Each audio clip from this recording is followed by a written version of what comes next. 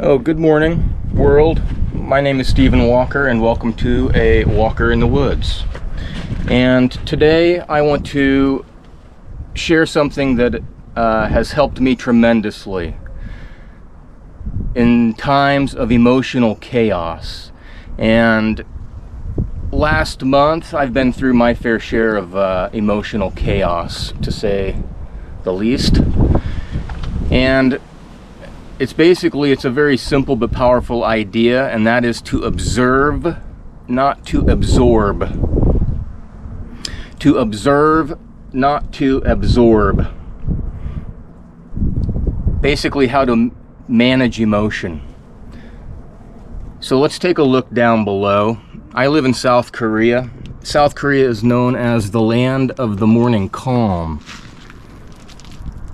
That's their nickname. And down below is Napo New City. It's a kind of a smart city, but it's about, I'm gonna say it's about 7 a.m. here, 7 a.m. in the morning. So that means that all of those people down below are probably already awake, having their coffee and kimchi, had their morning shower, brushed their teeth, kissed the wife or husband goodbye, sent the kids off. They're on summer vacation now, so I don't know what the kids are doing. Probably going to a hagwon. A hagwon is it's a private academy. It's kind of like a high-priced babysitter. But here, I'll show you something real quick. I found my cave. So up on this mountain, here is where I'm going to be broadcasting from today. It's windy. So I'm going to sit in my cave. And when and if and when I become a hermit, look at that view. Not bad. And hopefully the acoustics are okay. But yeah, all of these people are waking up and they're jumping in their cars and they are heading off to work, getting into traffic jams, probably going through a whole number of emotions. But are they observing or absorbing their situation? If you're in that car and you're late and the person in front of you is on their phone at a red light, do you get angry? Do you feel the storm a brewing? Observation is awareness of your surroundings.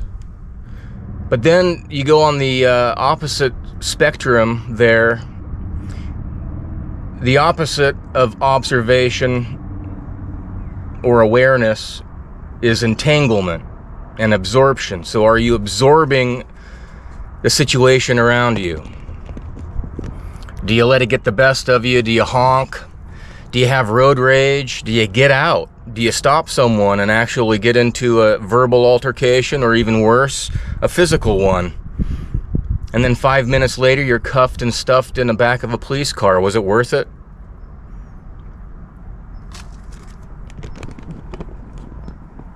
Those clouds are flying by this morning. It's pretty windy. And just like those clouds or a storm, so are our emotions. We can notice the storm. Clouds are getting dark, heavy, laden with rain. It's getting hot, humid. We can notice the storm, we can notice the weather, but we don't have to become it. Alan Watts is one of my favorite kind of relatively modern philosophers. He was born in England. He died a good number of years ago, but he did a lot of talks and lived in Sausalito, San Francisco on a houseboat. But he said, a good quote of his is, "You are under no obligation to be the same person you were 5 minutes ago." So 5 minutes ago, you were angry and getting ready to beat someone's ass. for road rage because they were making you late. 5 minutes later, you're on your way to jail. Or let's rewind 5 minutes and say, before you honked, before you flipped the person off, before you got in front of them, stopped, and got out of your car, before all of that, you simply turned up the radio and you took a breath. So basically what I'm trying to say here is that you are not your emotions. I'm going to go back to Alan Watts a few times in this video, and he talks about the art of watching. And he references clouds in the sky. Thoughts and feelings are clouds passing through the sky. You, the watcher, is still, but the sky is dynamic. I like to post 1-minute videos at the end of my videos called A Moment of Zen. And Alan Watts talks a lot about Zen. And here's one of my favorite quotes about Zen by Alan Watts. Quote, "This is what Zen means by being detached, not being without emotion or feeling, but being one in whom feeling is not sticky or blocked, and through whom the experiences of the world pass like reflections of birds flying over water." Basically, Watts encouraged his viewers and his listeners in the audience to recognize that thoughts and feelings are transient. It means they come and they go. And once you recognize that, you stop identifying with them, and most importantly, trying to control them. He suggested that by observing emotion without resistance, one can experience them fully and move through them without getting stuck. I'm guilty. I'm guilty of getting stuck in emotion. And that's one reason why I'm up here on a mountain in a cave talking about it at 7 a.m. on a Friday. Today, I think, is Friday. TGIF, everybody. It's the second happiest day of the week. Why aren't you smiling? Oh yeah, you have to go to work, I forgot. I'm on summer vacation. But let's talk about emotions. Emotions like rage, sadness, fear, happiness, joy, envy, jealousy, hate, and love are just a few. And as humans, we're lucky to feel all of them. You know, I have a hate-love relationship with AI and ChatGPT, but I asked it the question this morning when I was kind of doing some research and brainstorming for this. And I asked AI what it was like to feel no emotion.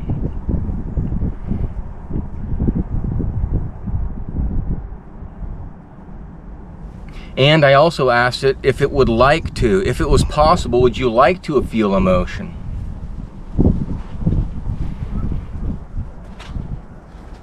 It referenced fire. It can experience fire, but it can't be in the fire. It's like it also wrote that it was like standing on the shore and watching everything passively, but no way could it be active in anything. It's simply a program, a very, very, very deeply, intelligently designed program. It's amazing and scary, actually, at the same time. Emotion. I'm scared of ChatGPT in a lot of ways, but I'm also in awe of it. The yin and the yang. But all of those emotions that I just mentioned, you can step out of at any time.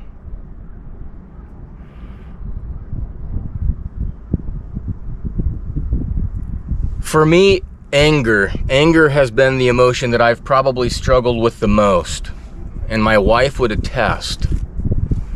Not anger at her, not physically violent, but just kind of a pent-up rage that builds over time, like a pot over boiling water, and the pressure builds up and it builds up and it builds up, and if it doesn't have a little escape valve that allows the pressure to release regularly, then it's going to have to come out somewhere. I've always said that I get this issue, this anger issue, from my father. As a child growing up, that was the kind of anger that my father demonstrated. He was a very level, respectable, even-keeled fella. Went to church. He was actually a Eucharist minister. He would actually pass the host out. He would do readings. He had his own business. When he passed away, many people came, and the number one thing they told me is, we respect your dad. But a man raising 9 children, there's going to be stress. And so I would see when he got angry, when he's working out in the garage or on an appliance or generally those things, something happened that he didn't really appreciate, and he would just boom, explode, and then as soon as the storm came, it went. Kind of like a tornado. He didn't damage anything, it came out, and then once it was out, and then you never heard about it again. And so I kind of resemble that. Now, is that good? No. There are other ways to distribute that anger that builds up, because we all have it, especially in the modern era.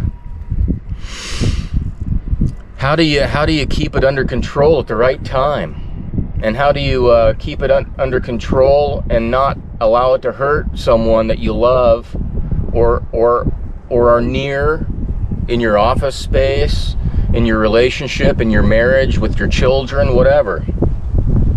It's easier said than done to just say, hey, let it go.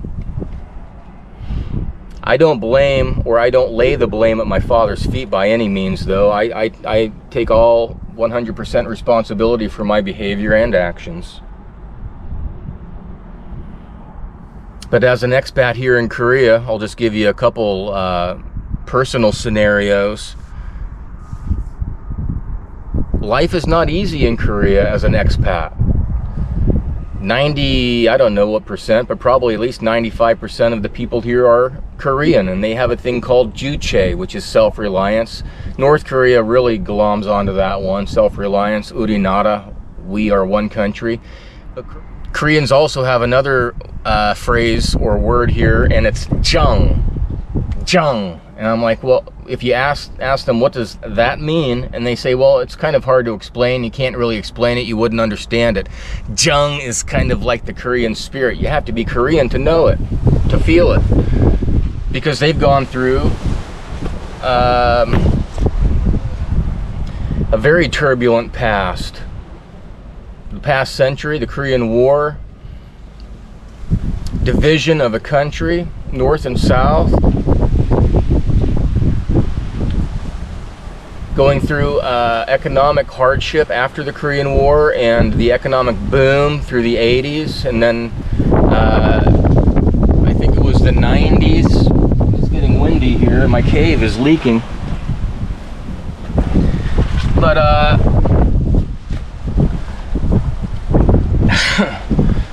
they had an economic crisis. The Korean won basically collapsed. I'm gonna come over here. I think this is better. All right.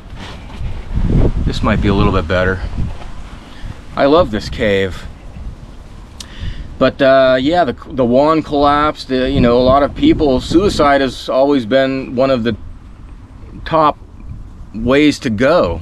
Check out here in Korea, and Korea's always been among the top 3, if not 5, countries that off themselves the most. But as a foreigner here in South Korea, you know, there's not a lot of foreign people. You have colleagues, but you don't have a large pool to select from as far as who you befriend. And if you try to befriend Koreans, that's also not easy, because there is language and culture differences. And you know, my childhood was very, very different than the majority of people here. Just don't have a lot in common, and that's okay, but it's a fact. And it you know, doesn't make life necessarily easy here.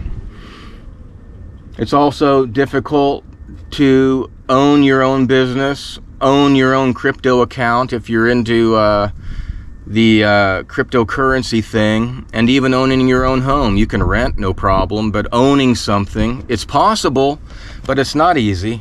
And again, everything really comes back down to language, and I take full responsibility for that. I have some decent Korean, but by no means am I fluent. But even, you know, even all of these foreigners that come over here and learn the language and engross themselves in the culture, many will say that they still are never really embraced. You will always be looked at as a foreigner. You don't have the jung, man. You don't have the jung. Jung.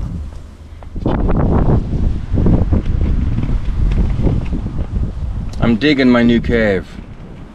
But I'm going to talk about a few steps on how to deal with anger, how I'm dealing with anger or emotion in general.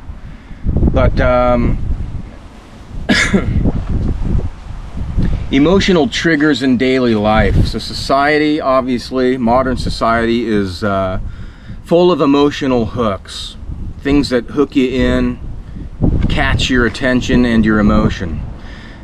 News. Are you into the news?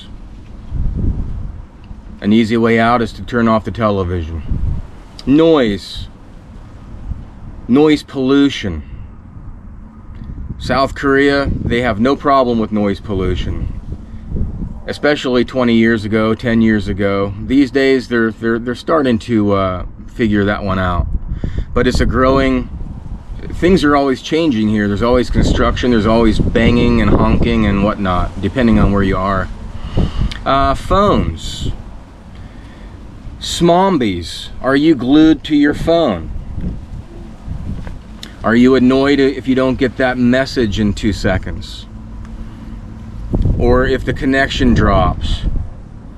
Traffic, going to work. I talked about that a little bit earlier. Do you get rage? Do you yell in your car? Do you flip someone off? Or do you just turn up the radio and sing along to the song? Along your way to work. Speaking of work, how is it? Do you like it? Is it a job or do you enjoy it? If you find something that you enjoy, you never work a day in your life, so they say. Do you like your coworkers? If not, why? Do you talk to them? Do you ask them about their daily life and their family and their childhood, who they are?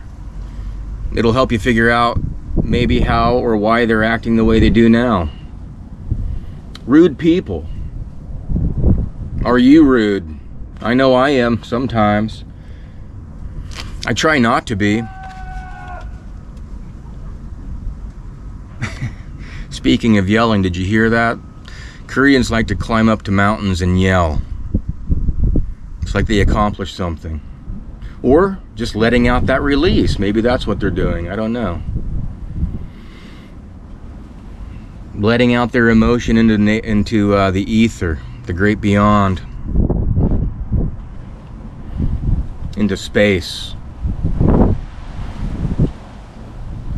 And speaking of space, between the stimulus, the anger, the emotion, and your response to it, there is space. And that space is where your freedom lives. So basically, instead of saying or asking, Why is this happening to me? Why am I stuck in this car behind this fool? Why am I sitting next to this imbecile in this cubicle day in and day out? Why am I walking back and forth to file cabinets, stuffing things in? Why is AI going to be taking over my job? Why am I in a loveless marriage or a futureless relationship? Why am I fat? Why am I too skinny? Whatever it is, instead of asking why is it happening to me, try asking what can I learn from this? And if I don't like it, you can change it, and it will change. Again, Alan Watts, you know, one of the things that he talked about was basically getting outside of your ego and your physical realm and witnessing emotion. And if you're feeling angry, you can take a moment, breathe, look down on yourself almost as if you kind of an out-of-body experience almost, and witness, hey, so this right here, this is anger. Or if you're happy, take a moment and say, hey, look down on yourself and say, hey, I'm witnessing happiness right now. But know that it's not going to last forever, or even maybe a short term.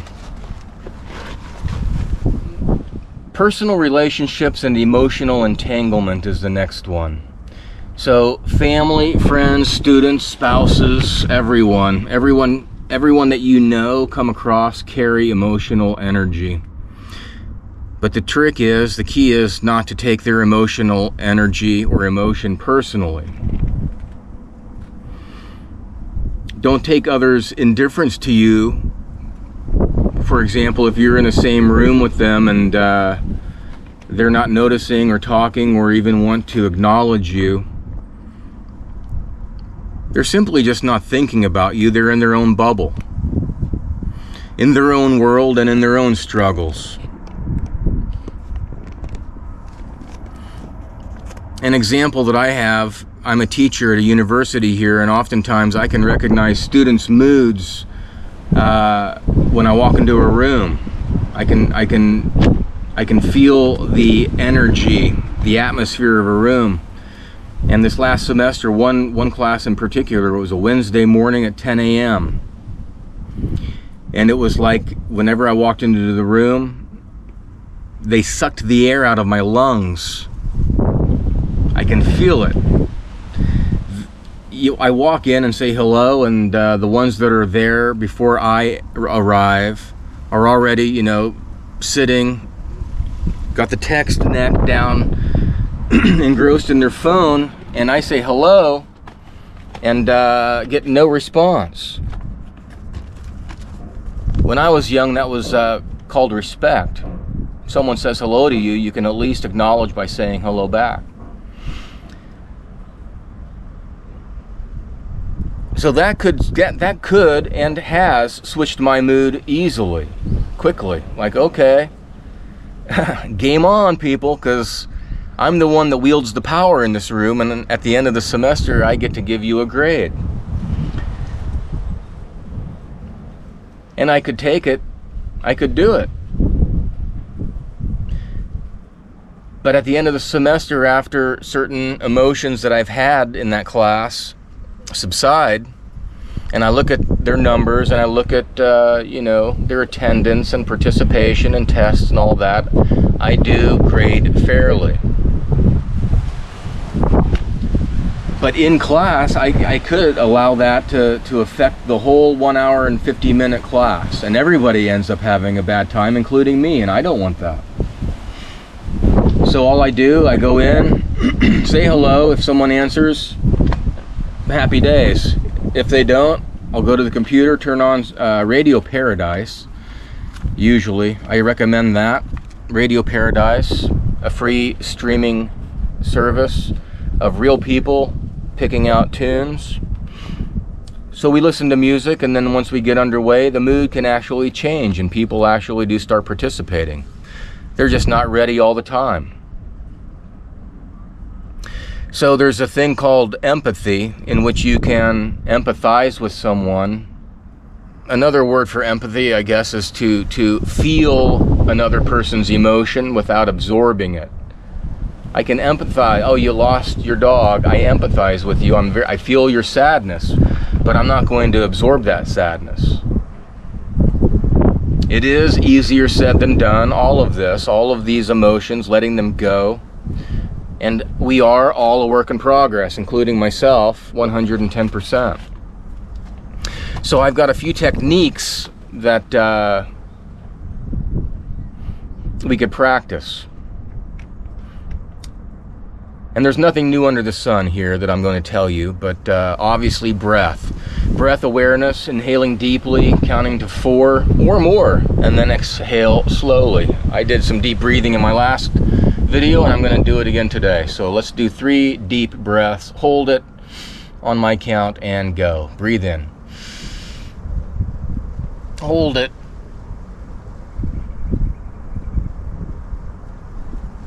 How long can you go without passing out?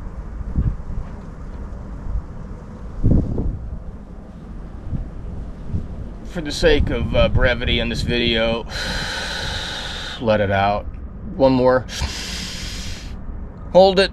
1, 2, 3, 4. Let it out. 3 is a magic number. One more. 1, 2, 3, 4, Hana, Dul, Set, Net. Let it out. Naming the emotion. As I talked about Alan Watts, and he referenced or mentioned or talked about how to kind of get out of your body and observe the observer. You are observing yourself feeling these emotions, and you can say, okay, hey, this is sadness, and I feel very sad that my cat died, and I probably will feel sad for a long time, but it will go, life will move on, and then memories will come back, and I'll feel sad again. But again, that is an emotion just like those clouds passing by. They're going to come and they're going to go, and as a human, try and find a way to maybe not enjoy it, but appreciate it. Appreciate the fact that you can feel it, and you're not just a passive watcher standing on the shoreline, as ChatGPT says it is, or programmed to say that it is. Journaling. Journaling is a good way, keeping a diary, recording your thoughts, talking about it, writing it down. Writing is basically intention. When you write something down and you want to remember it, you write it down and you post it. In this day and age, make a YouTube channel, make your own, talk about it. I call my channel Free Therapy, or at least one of the playlists on this channel. Talking about it, letting it out. Climbing a mountain and screaming like that one fella did 20 minutes ago.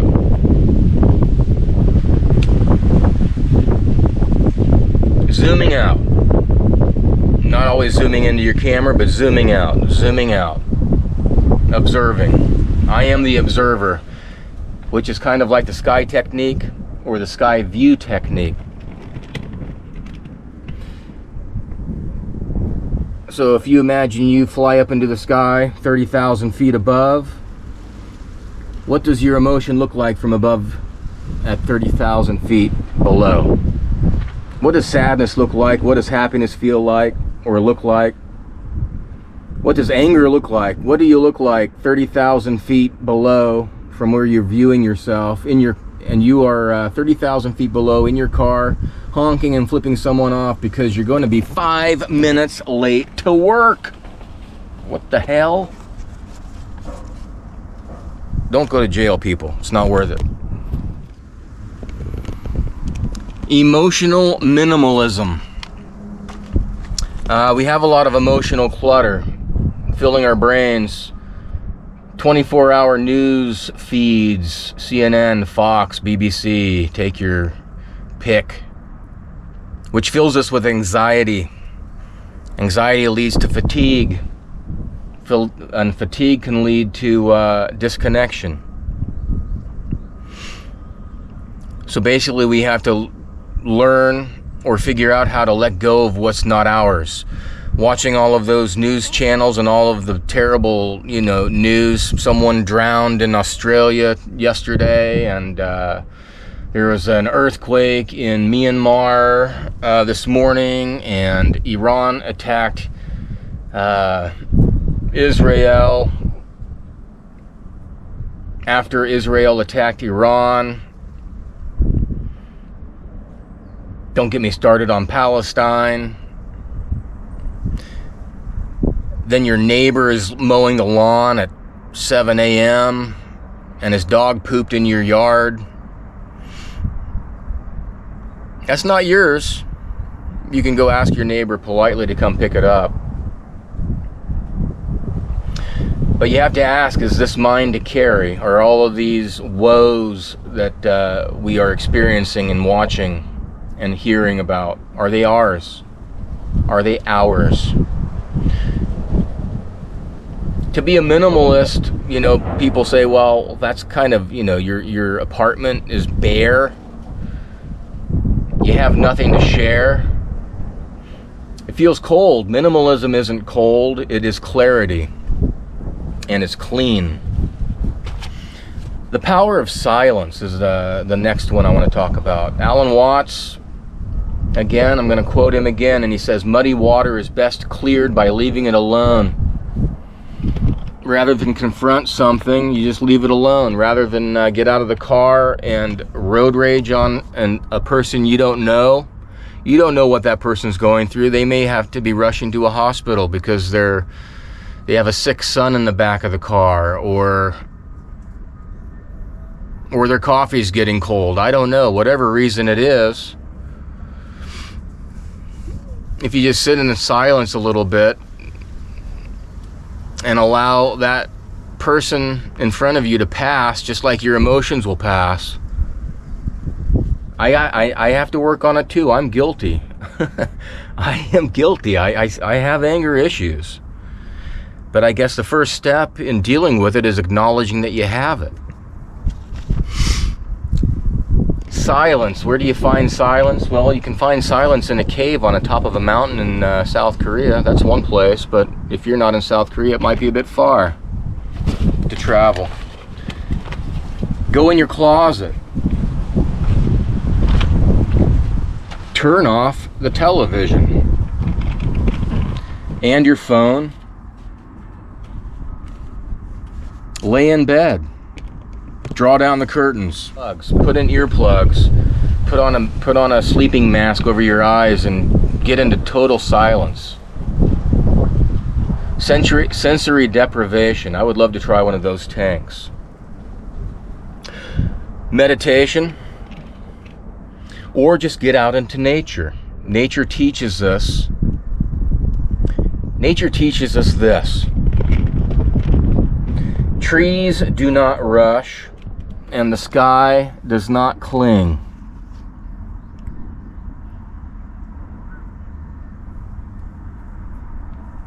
The sky does not cling, and trees do not rush. I'm going to show you a really cool tree right over here. Look at this tree. This tree is growing between two rocks.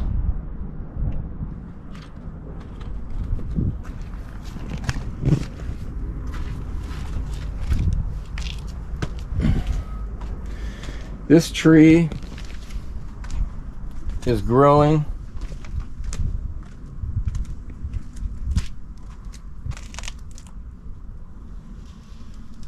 out of this rock, and it is a large, solid tree.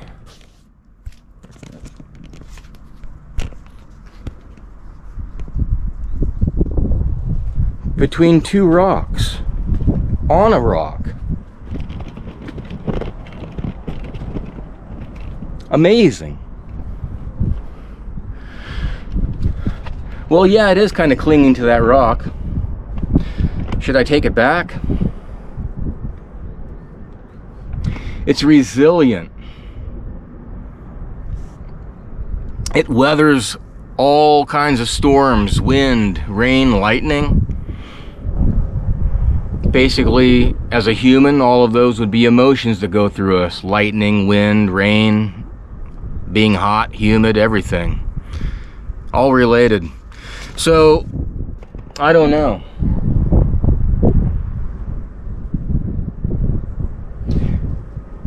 I think the thing that keeps that tree planted is the fact that it holds firmly, but it can also sway and bend. So when the wind comes and the heavy rains pour down on it and the lightning strikes, it will go with the flow. It will bend. And it will not break. It will bow but not break. So, with some closing reflection, and I have a challenge. Observe, do not absorb. Today, when emotion arises, whatever emotion it is, can you just watch it? Alan Watts always comes back to my mind when I get pissed off about something, or when I get angry or passionate about something. Can you breathe with it, and can you let it pass through? That's a challenge. So my final words today are this: we are not our thoughts. We are not our anger or sadness. We are the ones watching it all. And observe the madness, but don't let it in. That is clarity, and that is power. And now here is your moment of, before I give you your moment of Zen, there's one more thing that you can do. Not a challenge, but just a way to reduce stress. And that is to watch my moments of Zen. I think I have 10 or 11 of them now. They're about 1 minute long. Not a lot of people watch them, but that's okay. I'm making a playlist. And I do it simply with the hopes that someone will click and say, hey, maybe someone will say, hey, I'm not going to watch that moment of Zen. But by seeing the concept, it's going to remind me to do it on my own while I'm out and about. Walking by a flower or a bug, looking up at the sky, and taking 1 minute, just 1 minute out of your day to sit and contemplate and chill. So here now is your new moment of Zen.